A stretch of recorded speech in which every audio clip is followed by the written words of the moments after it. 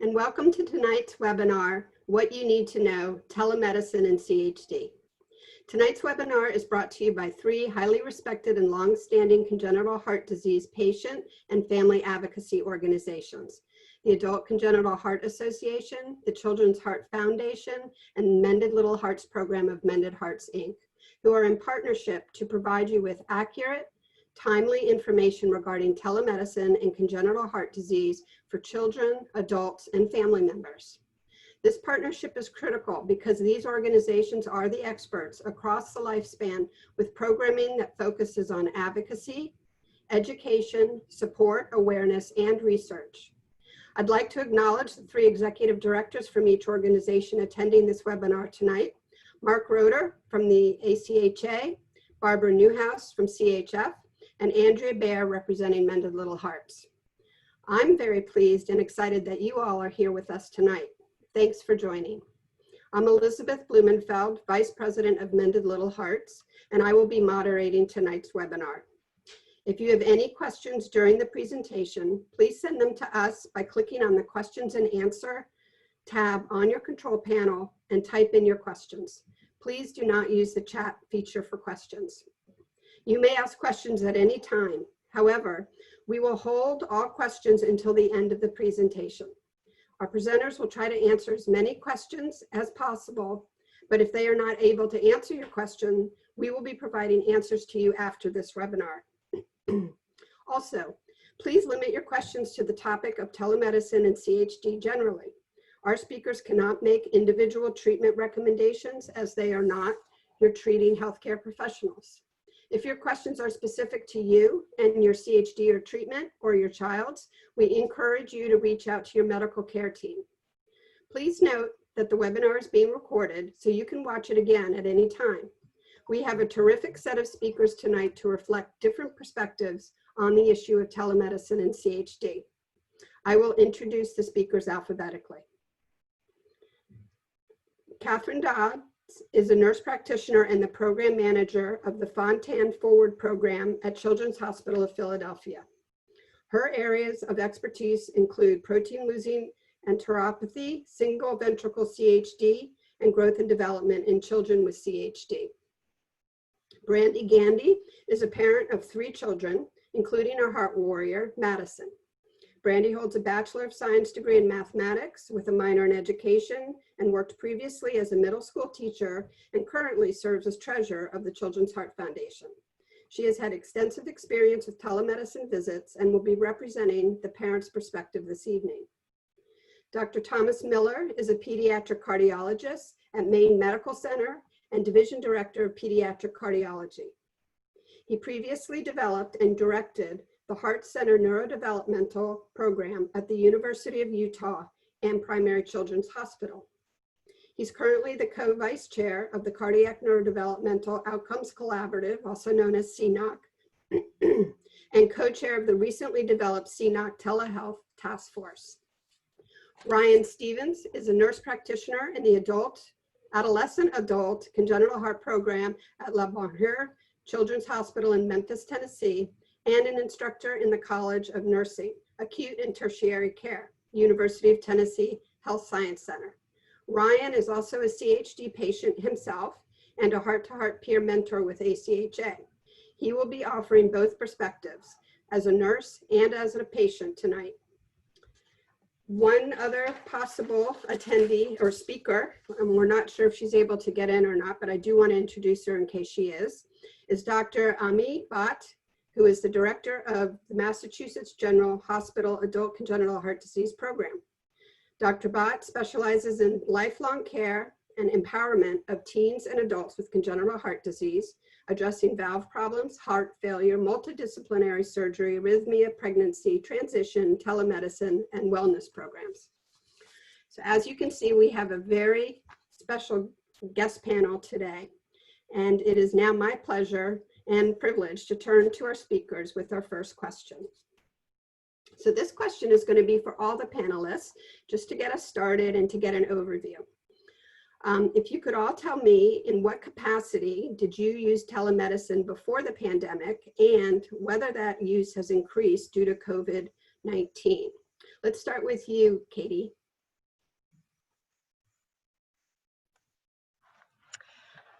Uh, Hi, everyone. My use of telemedicine prior to the pandemic was I didn't use it. We had thought about exploring it for some of our patients who were coming through the program for testing as a way to discuss testing with them in their homes afterwards. Honestly, when we had talked about exploring it, it almost sounded like we were going to need to get an IRB to research it. So we were not using it at all. With the pandemic, we had to pivot very quickly to telemedicine, and that was a very steep learning curve. But after using it a few times, it certainly became the way we began to see patients here in our program when we were at home quarantining. I think it has some wonderful uses for, we definitely, when this pandemic is finished, will still use telemedicine. I think at least here in our program and here at CHOP, we're figuring out the right moments, the right patients. But during the pandemic, it's been very, very useful. Great, thank you. Ryan, what has your experience been?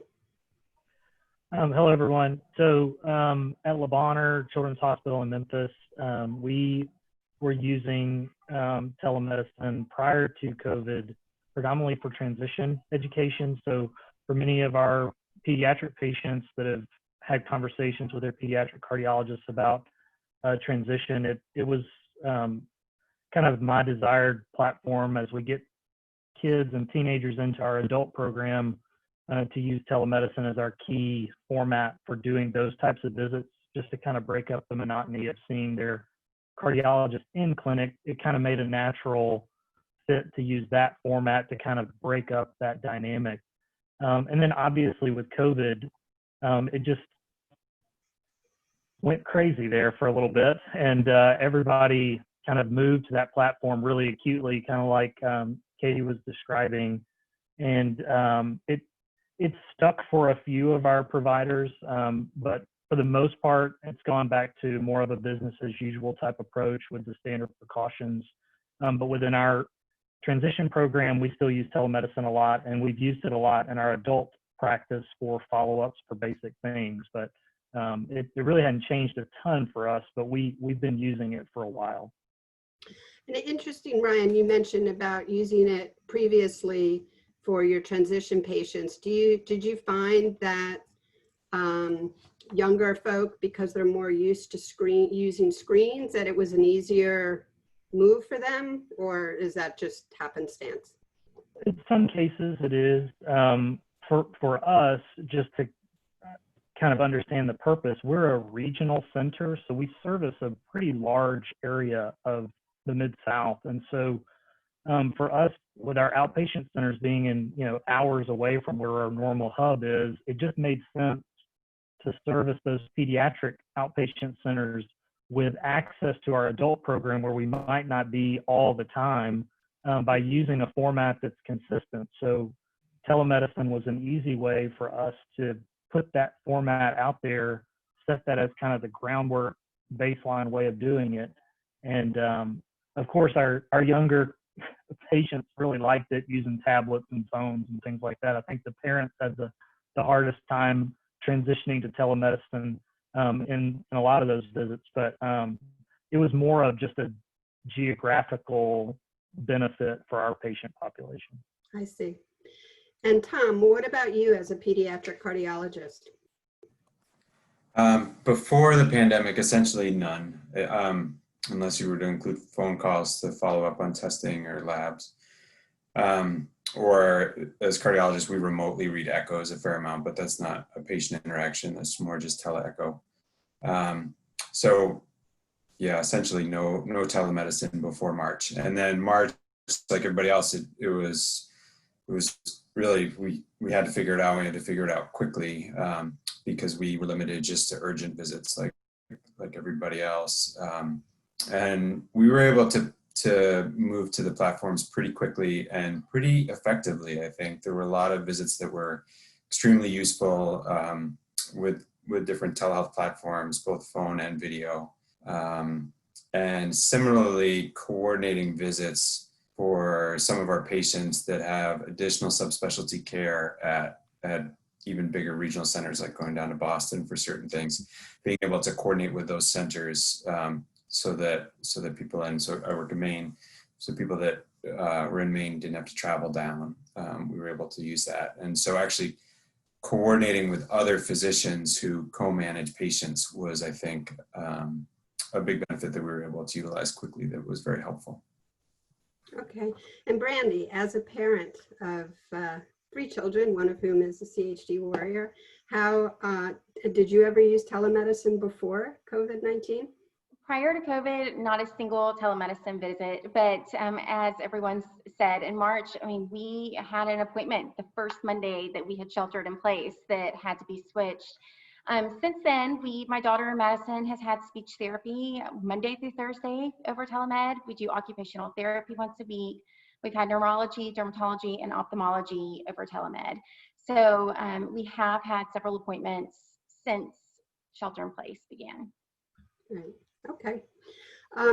And for all of you, what do you feel are some of the benefits of telemedicine and the limitations? And let's start, I'll go in reverse order this time. Brandy? Some benefits, we've had a lot of benefits. For one of them, I'm a single parent, so usually when one of my kids has an appointment, we all have to go. It has been amazing not having to lug all my children and my bag of snacks and all of that to every appointment. I've really appreciated that. I travel for a lot of Madison's care, either across town or to Houston. So I am finding I'm saving like $200 a month in tolls and gas, not being able to do many of these appointments from home, which I really appreciate. And probably the biggest benefit for us is we've really been able to tailor her therapy plan in particular. We've always known that the most effective pattern for her for speech would be to have it every day for short bursts instead of a big session. And I just couldn't handle it. I work full time, I've got all the kids. So that was not doable for me. But with telemed, we are doing therapy in 15-minute bursts. So that has been great. I mean, she's looking like she may graduate from speech in December, and that was not even on our radar prior to being able to maintain this frequency. So we've had a lot of benefits from telemed. Great. Tom, how about you? So I think the benefits were that we were able to see a lot of people that couldn't travel at the time, and we could limit the exposure for the infectious risk that has been present for everybody, and able to still deliver care. I do think we actually reached some patients who had not followed up in quite some time, to be honest, that even before COVID were having trouble making visits, having trouble getting off work. So the adult congenital population in particular, having trouble traveling from further distances, and we were able to reestablish with them and save. I mean, families very much seemed like they appreciated it, especially so the ones that were extremely successful for me in general cardiology were infants that I knew their diagnosis from seeing them in the hospital. I needed to follow up with them relatively frequently to see how they were doing in planning prior to an anticipated surgery, maybe between 4 to 6 months. But to save them a 4 to 6 week trip, I think they really appreciated. And then outside of general cardiology, another big advantage for me with my role in neurodevelopment is actually program development of figuring out how to reach more people. So when I was in Utah, we did see a big issue with people being able to get to a longer multidisciplinary clinic day for testing. And so, but there were a lot of limitations to being able to do questionnaires and screeners and testing remotely to try and triage people and patients and families with their needs. And it's really with experts being able to cross state lines and being able to reach families for different levels of testing, it's really opened up more concepts and ideas and approaches that we're all thinking about in cardiac neurodevelopment, which I think we haven't even seen the full benefits of yet, because actually we weren't thinking about these things 3 to 4 months ago, and centers are trying to plan. As far as limitations, in general cardiology, it's really just, there's certain things that I either need to have a stethoscope on the patient or have an echo probe, and it's hard to do that remotely. Those are the biggest limitations. And I think there's also some benefit of face-to-face and being able to see people. And as we've all learned from being zoomed out, which I think is a verb now, meetings. I think the same thing does happen eventually if you're not actually seeing people in person, at least at some point intermittently. Right. And Ryan, do you have anything to add to that? Yes, I would echo what Dr. Miller said, that I don't think telemedicine is a surrogate for in-person. I think there's an immense value to having in-person interactions with your providers. I do think that there's a tremendous benefit for different patient populations, kind of like what Ms. Brandy was saying about therapy with her child. That's a tremendous benefit for them. It makes perfect sense for them to be able to utilize that resource for that. For large geographic areas, for people to be able to be checked on, like we were discussing earlier, for socioeconomic issues where maybe gas or travel or just different limitations that keep people from being able to get to a physical location, huge benefit from that. And then, as Dr. Miller alluded to, there's just certain things, as far as limitations, that as far as cardiology is concerned, testing is a very big part of what we do in clinic from a clinician's point of view. And one of the members of the audience asked about apps and EKGs that are portable, and these smartwatches and different things that are available.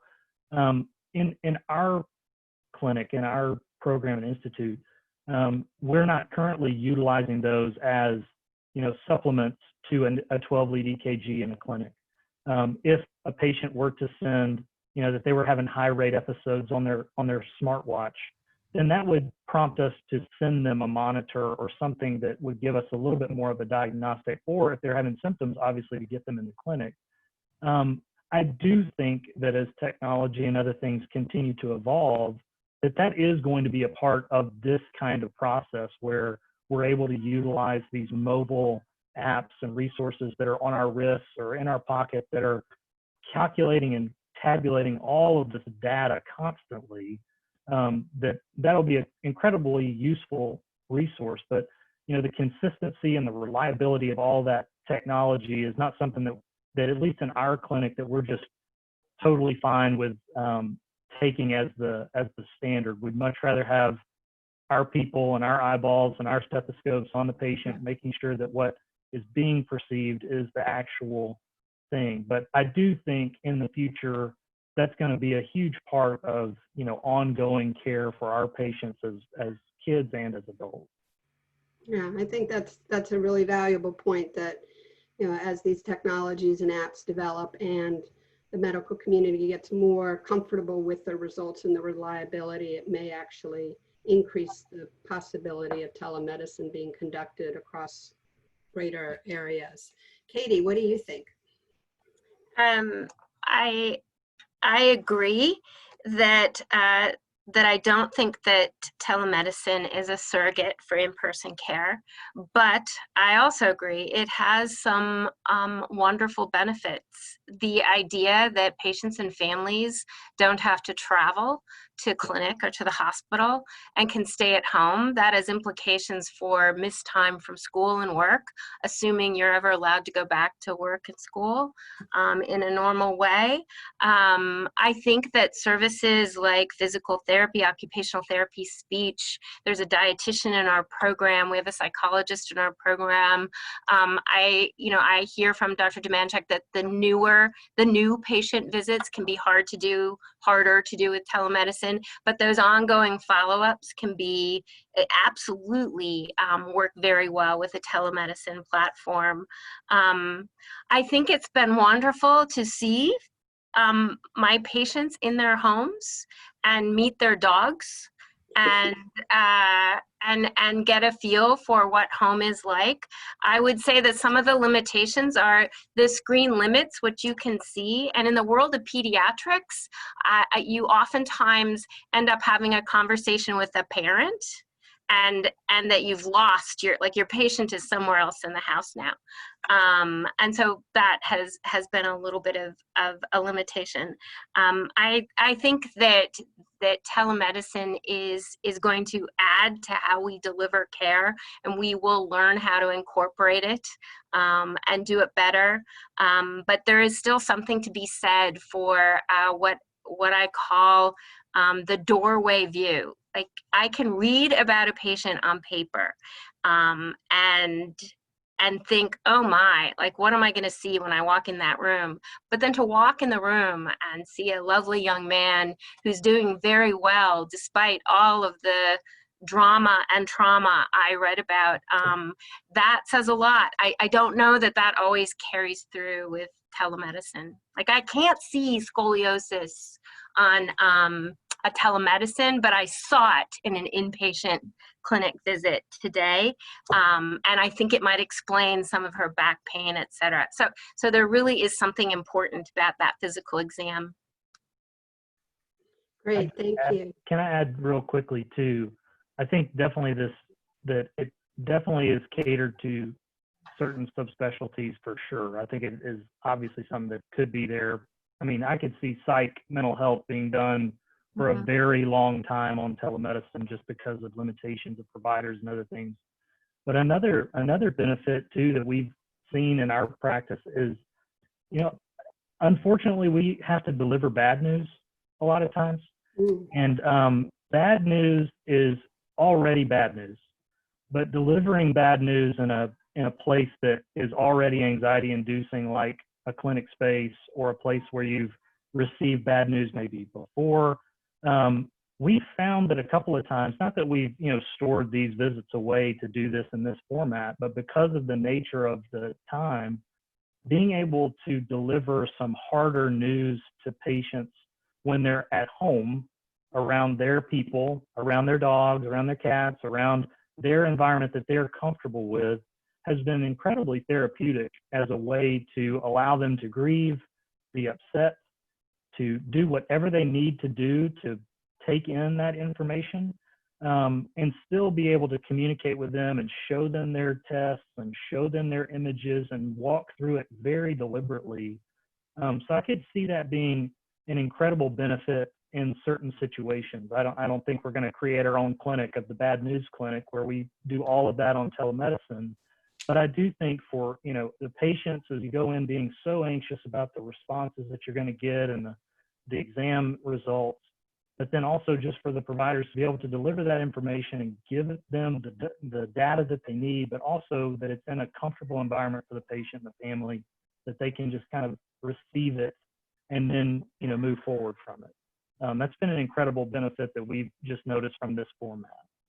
That's an interesting point and one that I wouldn't have thought of. Brandy, did you have something you wanted to add? I was just going to add to some limitations to think about. Certainly the testing, and I just wanted to say, as a heart parent, I need that echo just as much as you do. Like, I need to see that echo, and I would not be okay using an app to get her EKG reading. Like, I would want that accurate, and I think a lot of us are probably like that. We need that concrete. The worst appointment we've had has been ophthalmology, and it all came down to that testing. They wanted me to use 3 different apps. They wanted me to hold a paper. They wanted me 8.6 feet away from him, but also make sure his eye was covered. And, as Katie mentioned, he is an active 6-year-old boy. This was for my son.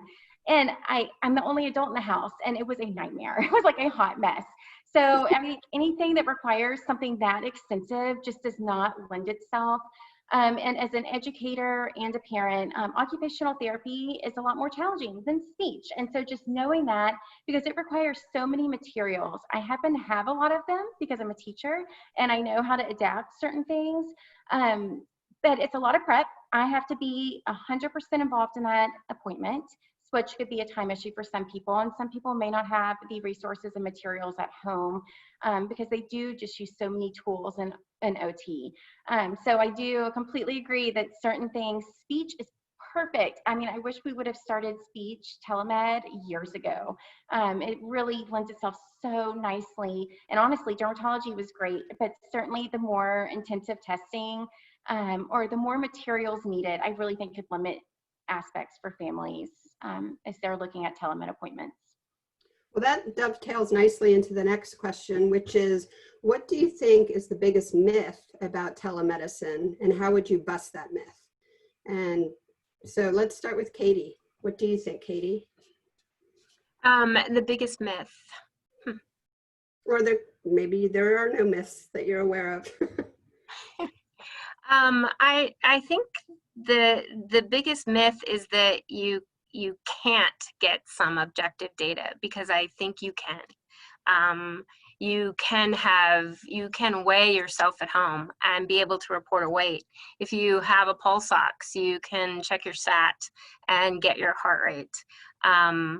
So I think the biggest myth for me that was busted by actually participating in telemedicine visits was that, you know, there was an opportunity to get some objective data. It is a very different exam, but you can do you can do an exam.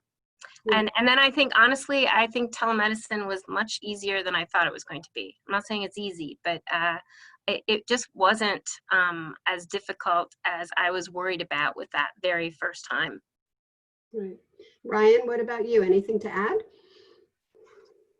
Just basically that it's not going to produce any kind of beneficial results. I think a lot of our patients, when we were doing follow-up visits, and we're having to reschedule all these patients, it almost seemed arbitrary to some of them, like, oh, well, I didn't get to be seen in clinic, so I'm just kind of being relegated to doing this telemedicine visit.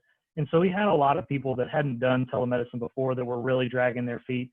And to be honest, the providers that were providing the telemedicine were also in the same camp, dragging their feet to the computers and laptops. So it was kind of a joint spirit of feet dragging. But, you know, in those visits, you know, me just being a part of those visits and then hearing our other cardiologists and NPs speaking with patients and families, there was just incredible value in just the conversation. I mean, just being able to put your eyeballs on the patient, for them to see you, know that you're okay, for you to know that they're okay, that just because it's not an echo and an EKG and a stress test and a, you know, MRI and all these really big diagnostic imaging tests that we do, doesn't mean that it doesn't have value. And so if you're a provider, if you're a cardiologist, if your NP recommends doing a telemedicine visit, there is going to be value from that encounter, no matter how short it is, and can really, really help in guiding your care in the next visit that you have, or the next test that you might have,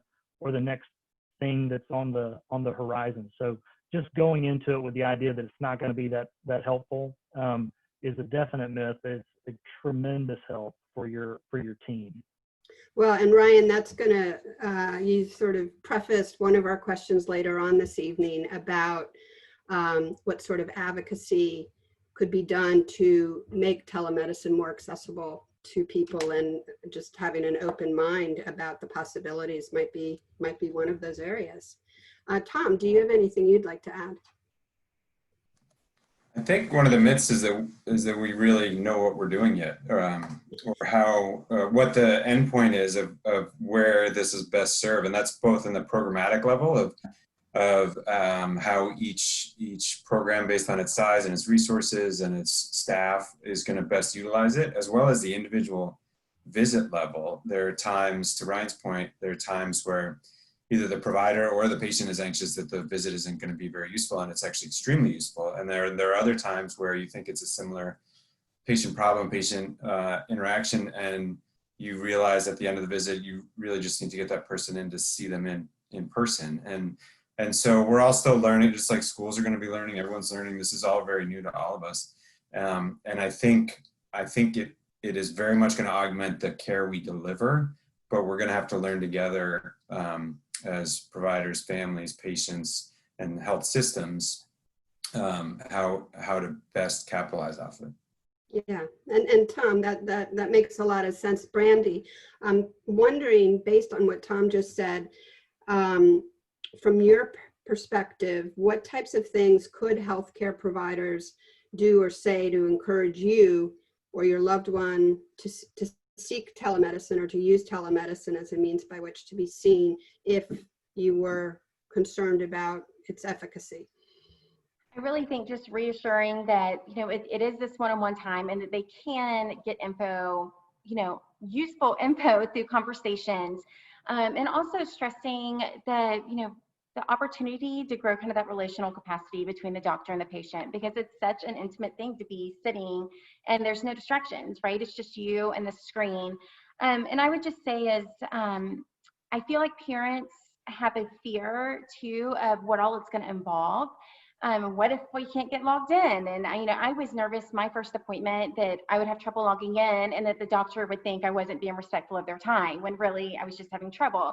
So I think part of that too is reassuring families that it's really simple and that you can do it, and these are your instructions, and this is who you can contact if you're having trouble, and to not make it overcomplicated. Like for the ophthalmology appointment, I had to download 3 apps. That's a lot for families.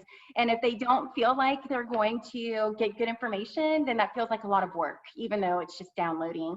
So keeping things just simple and being really clear on support if they need support, I believe would really encourage families to at least give it a try, to try it. And if this doesn't feel like it was enough, then we can, discuss what the next options could be. And maybe that is going in person for the next appointment.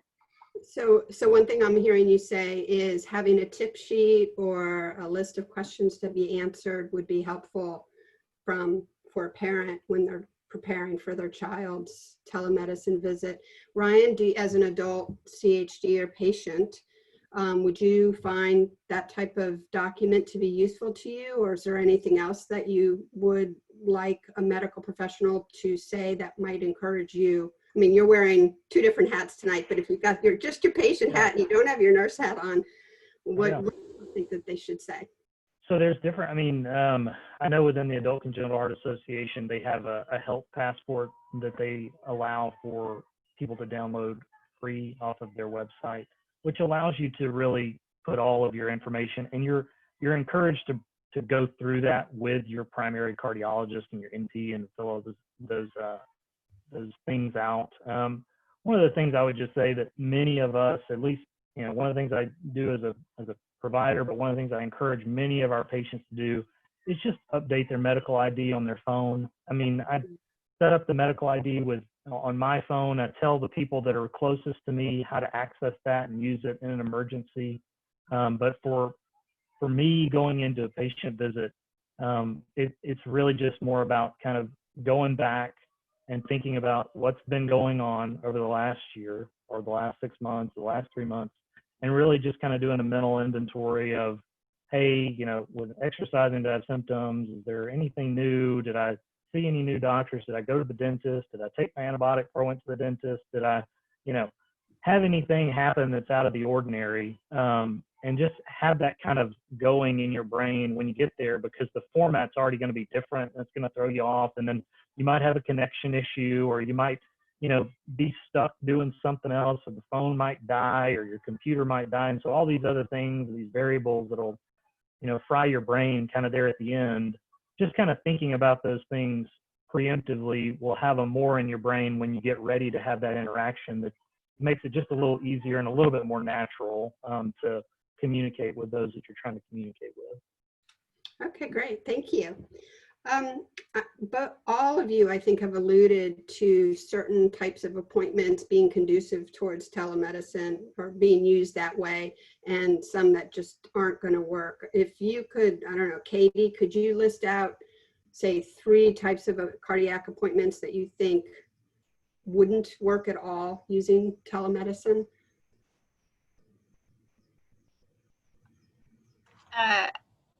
I think that a new patient appointment, when you've never met the patient before, I'm going to want to see results from testing. I'm going to want to do more than just review records. I'm going to want to examine the patient.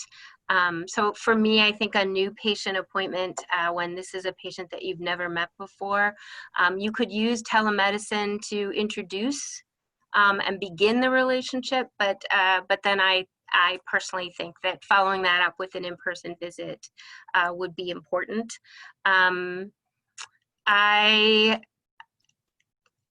There is such value in the testing that we do. I feel that to not get testing or delay getting testing because you're using telemedicine or because you have a fear about going to the institution during the middle of COVID.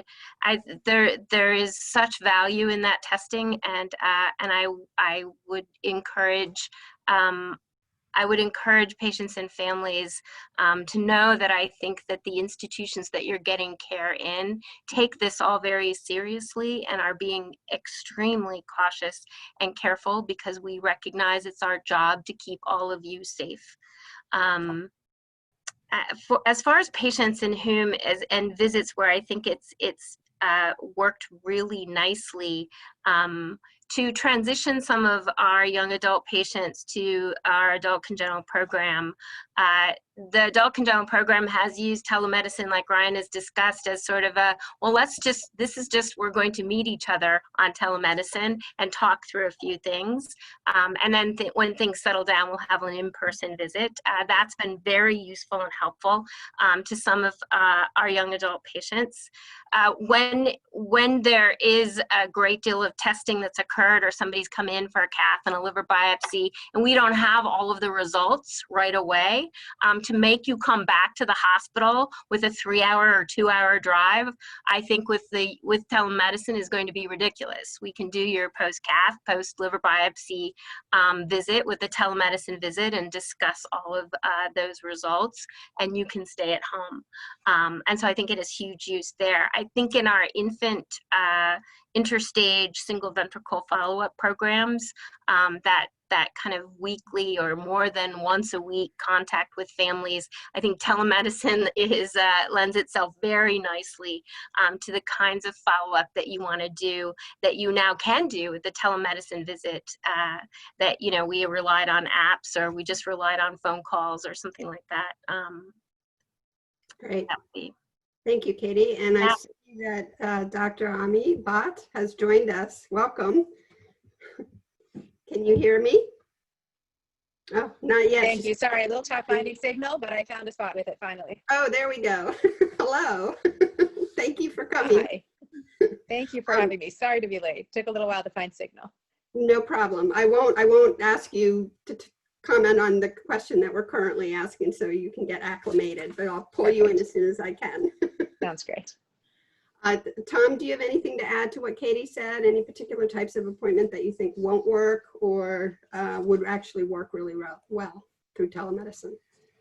Yeah, so in general cardiology, new murmurs, you know, some of the new patient evaluations, the ones that I've seen work well are what Katie sort of already described. If there's a lot of data that have already been gathered from different sources and you're sort of pulling that together and you already know the patient, but you need to update sort of on the testing that, because you couldn't get the MRI done at the last appointment and they were getting it done at a different time, following up with that. As well as some second opinions or subspecialist opinions, being able to facilitate. I think one for this group in particular is adult congenital heart disease and pregnancy counseling, for example. If you want to talk to, you know, 1 or 2 different people to get their opinion, because things where there's a lot of gray area and different opinions, it's been really useful. And then in general cardiology, some of the things where we can the Holter is the most important test, you know, some of the palpitations and other more benign things where we can mail them a Holter and then follow up and hear their story from them as opposed to over the phone, and review those results. Those are the ones. Okay, great. Thank you. Just quickly, is there anything in particular, or let me rephrase that. Should there be particular questions that you would counsel parents or adult patients to ask to determine whether or not a telemedicine visit is right for them? Ami, would you like to join in? Oh, she might not have. Oh, there she goes. Are you there? There you are. We'll see if we can get her technology working. Maybe. Yes, now I can hear me okay? I think, oh, that's so sad. Can you hear me all right? Oh. It's a little choppy. Let's see. Oh, she went out. Oh, all right, we're going to move on. Katie, do you think there are particularly pointed questions that parents could ask or adult patients could ask in terms of whether or not telemedicine visit is right for them? I think a joint decision between the patient and the family and the provider, if both agree that a telemedicine visit would work, I think then the provider and the patient and family will make it work, and I think it will be beneficial. I would have a list of questions ready for your provider. If you're doing a telemedicine visit, I would, figure out where you're going to do it, stage it, so to speak, so that the lighting is good, and I think also that as providers, we need to practice how that visit's going to go a little bit better. We can have up to 5 people on we can have up to 5 providers on our telemedicine visit. Now that includes the patient and family. So up to 5 phones or iPads can all be on the telemedicine visit. And so, we've been able to have, dad in one state and the patient in another state. And if grandpa wants to be on the telemedicine visit, then, everyone's invited. Or especially as Tom discussed, if you are having a discussion of results, or if you've been asked to second opinion, then that idea of you can have the referring provider on the call, the family on the call, you on the telemedicine visit, and discuss all of that. I think that there really is there's really no reason not to try it. But I don't think it, again, completely replaces actually coming to an appointment for an in-person visit when more testing and a physical exam is needed. Thank you. We're going to actually run out of time soon, so I'm going to turn to the subject of advocacy with respect to telemedicine and CHD. And my general question is, what are some issues involving telemedicine that patients and families should be aware of that may require some advocacy? And I'm not limiting the concept of advocacy visits to Congress or state legislatures. It might be families and patients advocating for themselves with healthcare providers. It could be research on a specific issue associated with telemedicine, or it could be creating awareness about important issues related to telemedicine.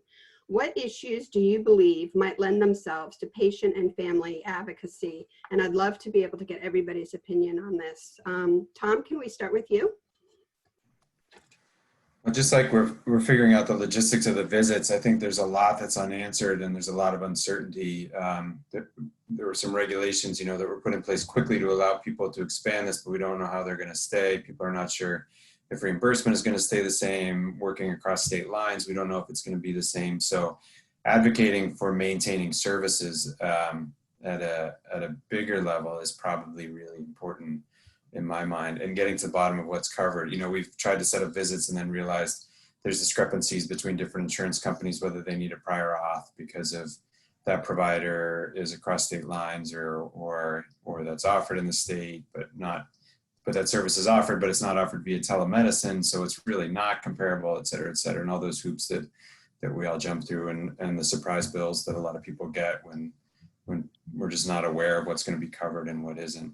From the individual piece, I think just advocating for whether that appointment is right for you and your family and the patient, and advocating for yourself if you think something can be done via telehealth, bringing it, empowering the patient and families to ask, because it may be not part of the normal workflow where you are, and figuring that out. And then I really appreciate what Brandy said about services, because I do think advocating for expanding how we get into the neurodevelopmental realm and the mental health realm, and how we expand both our testing, surveillance, and delivery of services is a huge place where we can advocate for broader care. And then I'll stop there, but then the disparities piece is also a whole nother issue. Yes, and that is one of my follow-on questions. Ryan, do you have anything specific to add to that, or would you like to talk about the healthcare disparities issue? I can go right into it, but because I agree with Dr. Miller's assessment too. For us, being so close to multiple states, the state line issue with telemedicine was a big deal for us when that legislation was opened up. It made it really easy for us to be able to communicate with patients in other states that we already see. We just, might not have been able to see them before because of licensing issues. But honestly, getting back to just the basics of these visits, it's in its genesis, the idea is to improve access, right? The idea is to make sure that they're still getting some access to care. But the reality is not everybody has reliable internet. Not everybody has a device that has, data that they can just stream an app on, or that they can download an app, or that they have a reliable, quiet place that they can sit and have an interaction with their provider. Some people live in very, very rural areas and don't have reliable access to solid internet in those places. So there's a big gap. And I mean, obviously we're seeing that in some of these virtual learning, switches where schools are having to teach kids that were depending on school systems for food and other things that are now being asked to just go completely virtual, and what that does to families and, moms and dads that are trying to work and also, have their kids educated. The same concepts are still true for these types of visits where a mom or a dad is trying to be present for their child's visit, or a spouse or a significant other is trying to be there for their husband, wife, significant other. When you're having those types of interactions and conversations with your team, you can feel free to be very candid and say, I don't want to do that. But also ask them what they're trying to do with the telemedicine visit. Is it some kind of arbitrary thing that they just feel obligated to do? Or is it something that they think, okay, this is something that we do have some value for. This is why we're going to do it. We would really like to try to use this as a way to improve your care. But don't be, I can't tell anyone how to feel in this group, but I would very much encourage our patients and families to be very open with your team and say, just because we have telemedicine doesn't mean that you have to use it, or that your team is going to make you use it in the future. It's really to improve and enhance our ability to see you, help you, walk with you during your diagnosis, but it's not meant to force you into this corral of this is how you have to be seen for the foreseeable future or forever. So just have some freedom in knowing that, hey, it's a part of your care, but it's not going to take away all those other really important, valuable assessments that you're getting from your team when you go into the hospital or the outpatient center. Katie, do you think, continuing on this subject, do you think telemedicine can improve access to care, or can it actually cause some challenges in access to care? I believe that it has improved access to care. I think it will continue to improve access to care, assuming that you have the technology and the Wi-Fi internet capability in your home with which to actually access it. Mm-hmm.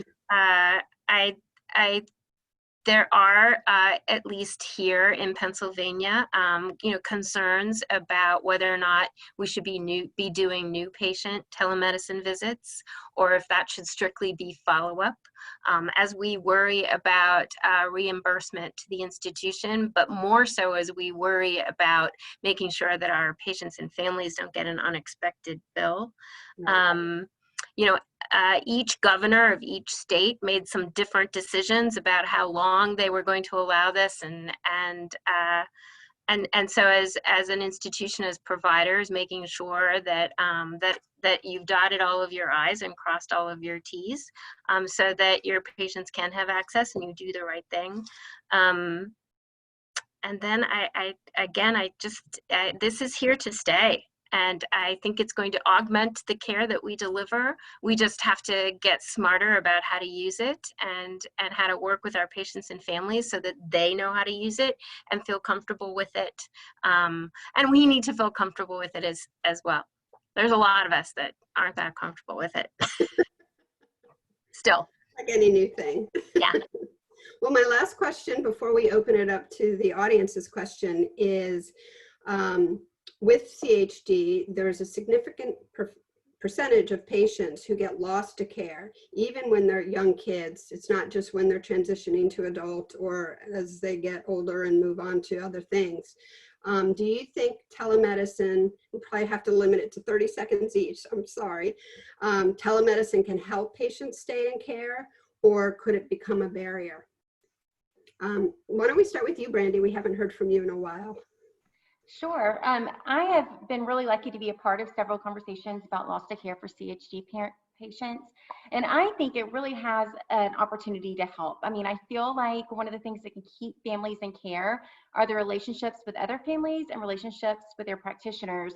And so if you have a transportation issue, which is usually one of the bigger issues, then instead of them just canceling their appointment, it's like, I totally understand you can't come in today, but how about we schedule a telemed so we can just check in? And then that gives practitioners an opportunity to reinforce why they need to come in for what type of follow-up care or testing. And it just, again, reinforces that connection between the child and the parent and the practitioner, so that they stay in it.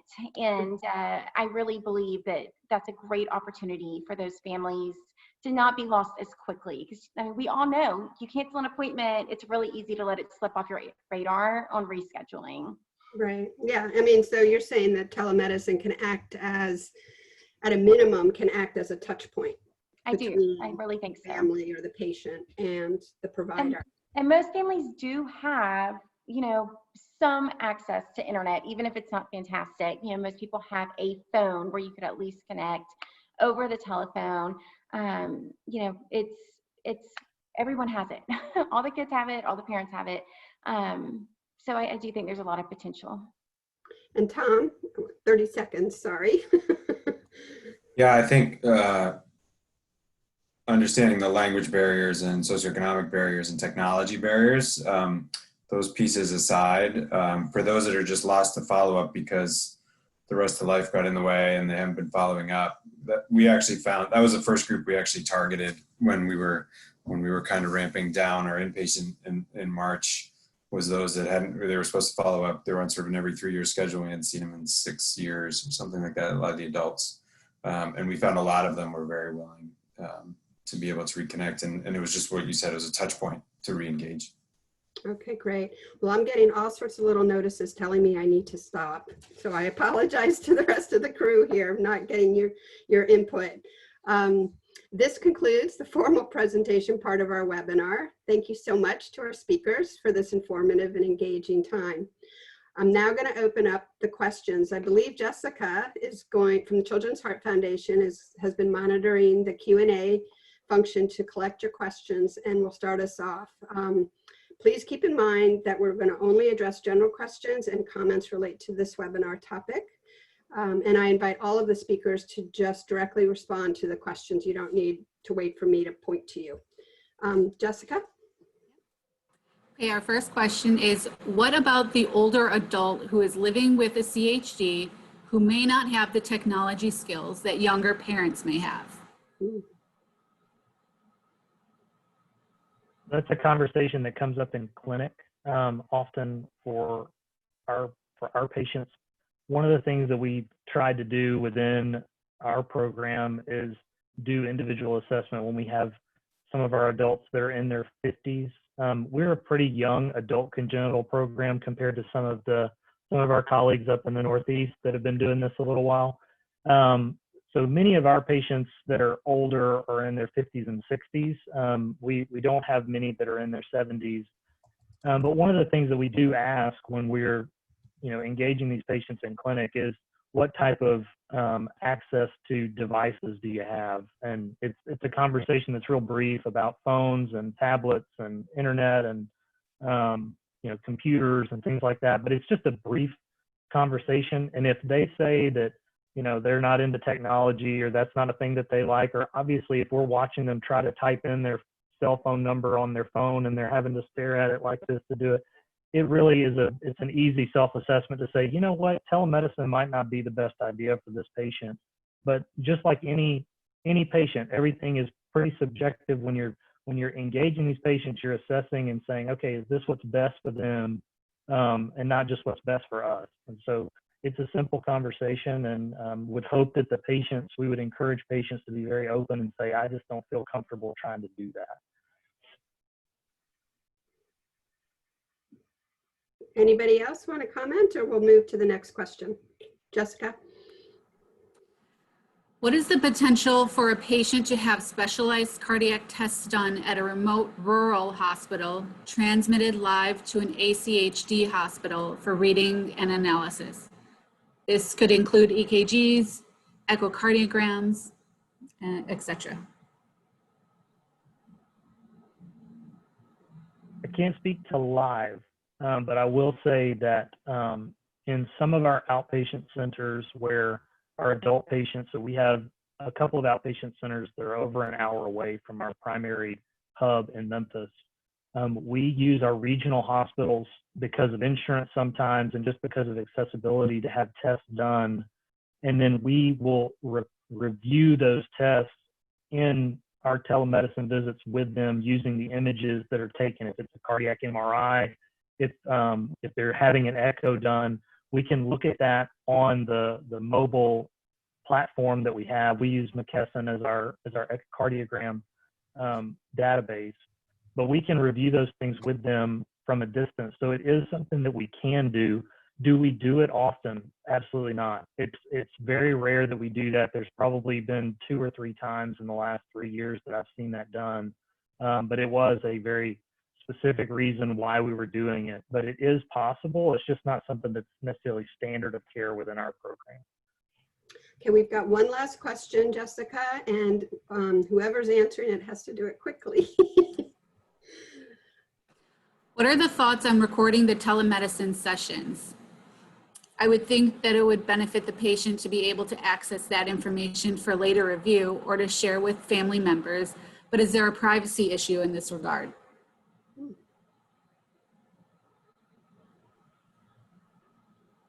Would anybody like to respond? Katie, you're smiling. You're up. Tom unmuted himself first. Tom, you're up. Having children who aren't adolescents yet but are getting up there, I'm trying to teach everybody that assume anything that's done with a camera and technology is going to be recorded and saved and potentially replayed somewhere at any point. So I from the provider standpoint, you know, I've had patients, so I do fetal cardiology, I've had patients record my counseling sessions with a new diagnosis so that they can play it back to family members, or they have a medical family member, they want to be able to hear it. And typically, as long as you're asking permission, you know, there's probably legality things that I often even don't consider, but typically if you're asking permission and being honest about it, most providers are not going to have any sort of issue with that. From the provider aspect of us recording to go back, I don't think most people are doing that or seeing indication for that. Okay, great. Thank you so much. Well, this concludes our webinar. As a reminder, this recording, we were just talking about recordings, will be available on all of our 3 websites tomorrow. Thank you again to Ami for trying to get on. Thank you so much. Tom, Ryan, Katie, and Brandy for your thoughtful and enlightening comments this evening on telemedicine and CHD. And thank you to the leaders of the Adult Congenital Heart Association, Children's Heart Foundation, and Mended Little Hearts for collaborating to get out this important information. If you enjoyed this webinar, please consider donating to one or all of the 3 organizations that hosted. We all count on the generosity of people like you to provide outstanding programs and services. Please stay safe and well. Thank you for coming, and good night.